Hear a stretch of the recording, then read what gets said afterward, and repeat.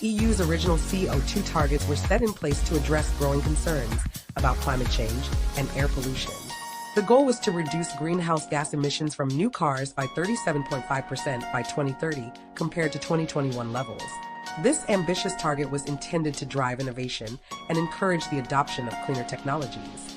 But the automotive industry has been pushing back, arguing that these targets are too stringent and would lead to significant job losses and economic disruption.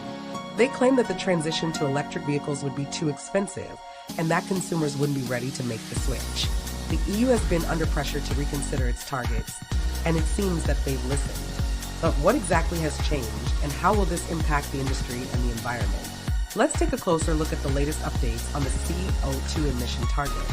According to reports, the EU has agreed to ease the targets, allowing automakers to emit more CO2 than previously planned. But what does this really mean?